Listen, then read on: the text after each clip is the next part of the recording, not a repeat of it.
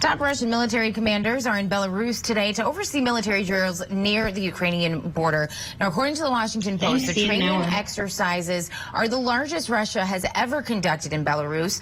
A Russian news agency reports the drills will continue or include working with explosives and practicing hit-and-run combat tactics. Now, that's typical in preparations for urban or unconventional combat against militias and volunteers, such as resistance fighters in Ukraine.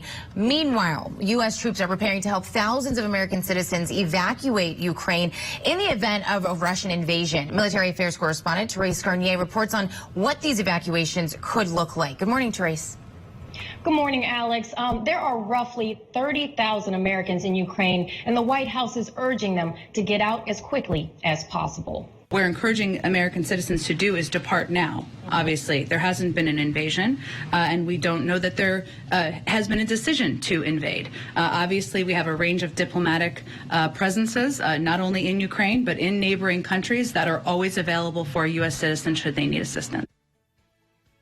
According to two officials, if Russia does invade Ukraine, the White House has authorized U.S. troops, thousands of U.S. troops, to help those Americans evacuate. However, Pentagon spokesperson John Kirby says troops will not be used in that manner.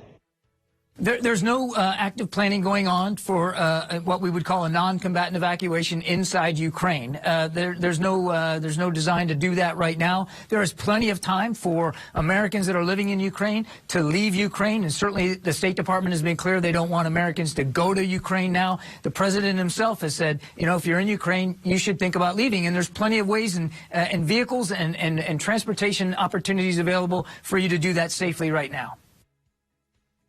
At this time, U.S. forces are not authorized to enter Ukraine, but according to two defense officials, there is a plan for 82nd Airborne Division troops to set up temporary shelters and processing centers in Poland on Ukraine's border. However, those facilities have not been set up, but as more and more troops arrive, I'm sure that process will begin. Back to you, Alex. All right, military affairs correspondent Therese Garnier reporting live for us this morning. Thank you. Well, Tom